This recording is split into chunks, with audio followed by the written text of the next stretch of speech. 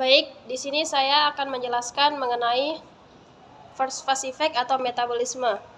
First phase effect adalah fenomena di mana konsentrasi obat berkurang cukup signifikan sebelum mencapai sirkulasi sistemik. Metabolisme first phase ini adalah topik yang sangat menarik yang memainkan peran besar dalam praktek farmasi yang dikenal dengan first phase effect. Sederhananya, yang kita tahu bahwa obat dimetabolisme saat melalui tubuh sebelum mencapai tempat kerjanya. Dan seperti yang kita ketahui, ini biasanya terjadi di paru-paru. Tetapi perlu diingat juga bahwa ada organ lain yang memainkan peran besar dalam hal metabolisme. Obat sebelum mencapai ke tempat kerjanya, di sini akan kita fokuskan pada rute administrasi dan konsentrasi obat.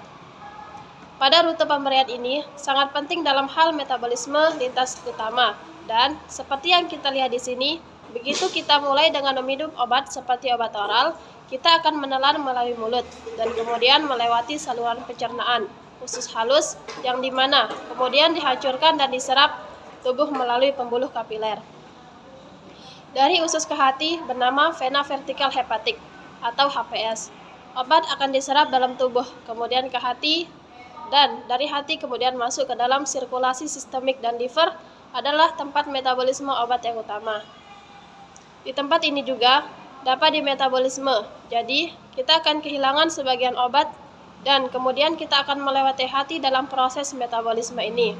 Kemudian kita akan mendapatkan efek dibandingkan dengan obat intravena yang langsung masuk ke aliran darah. Jadi kita dapat mencapai lokasi aksi segera tanpa benar-benar melalui metabolisme lintas pertama. Obat dapat langsung dimetabolisme menjadi produk yang tidak aktif untuk obat yang biasa. Kemudian dapat disebarkan ke dalam tubuh. Jadi tergantung pada rute pemberian, jumlah obat yang sampai ke tempat kerja akan bervariasi. Tetapi kita tahu ini untuk intravena yang memiliki tempat nomor 1 yaitu pada transdermal, yang di mana mereka memiliki suppositoria suntik, dan kemudian obat oral biasanya memiliki bioavailabilitas paling sedikit. Kategori first phase effect yaitu impramin, morfin, propranolol, diazepam, midazolam, simetidin, dan lidokain. Obat metabolisme lintas pertama ini secara intensif, yaitu jika obat dalam kategori ini diberikan secara oral, maka ada sedikit obat yang dihasilkan dan dapat mencapai sirkulasi sistemik.